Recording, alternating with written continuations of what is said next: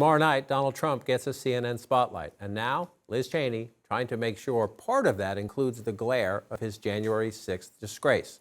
As Trump prepares for a town hall with New Hampshire Republican voters, Cheney's Political Action Committee buying airtime on this network to broadcast this ad, narrated by Cheney, to bring it into your home. The message?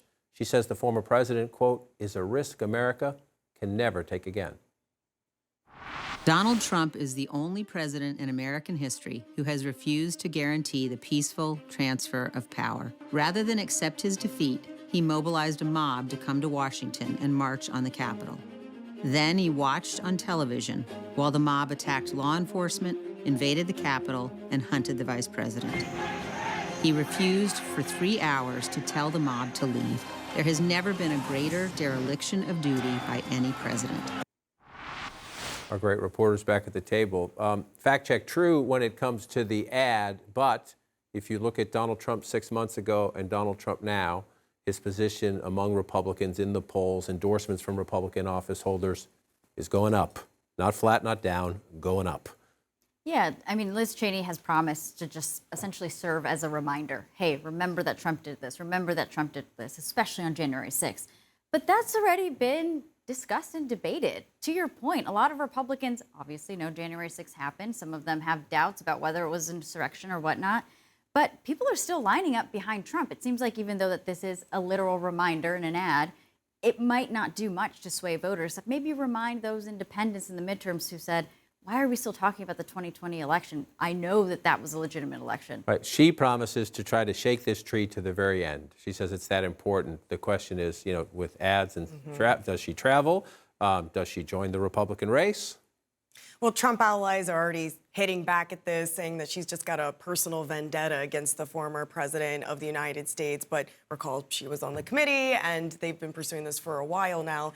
But when it comes to the presidential race, look, he is way ahead. You have all these other Republicans who are about to get in, thinking about getting in, but they're polling in the single digits.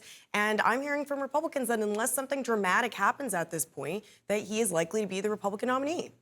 The question is, where does the anti-Trump forces, do they get traction anywhere when many of the candidates, we're waiting for Ron DeSantis, who wants to make the point, don't go back, but he is, at least so far, even though Trump's super PAC has savaged DeSantis, right. DeSantis has not returned the favor. The question, if Cheney does not get in, will anybody in the Republican field do that, or will it just be we need Trump's voters so much we have to be genteel about this? Chris Christie, the former governor of New Jersey, is still lingering out there as a possible one to do it, and look for him to potentially run a similar ad, I'm told, before New Hampshire tomorrow evening. But look, he'll decide in a couple weeks. But there is no doubt, as we sit here in the middle of May, the former president is in a far stronger position than he thought he would be, and most Republicans hoped he would be at this point in the Republican primary.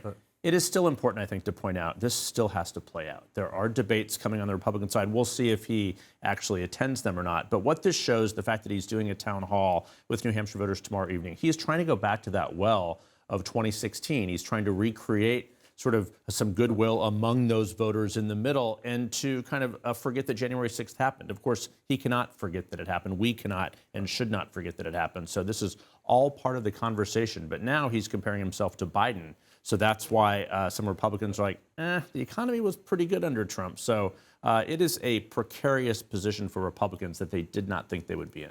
You make an important point that it is May. Nobody votes until early next year, but his position at the moment is quite formidable. We will see if somebody can take him down a notch.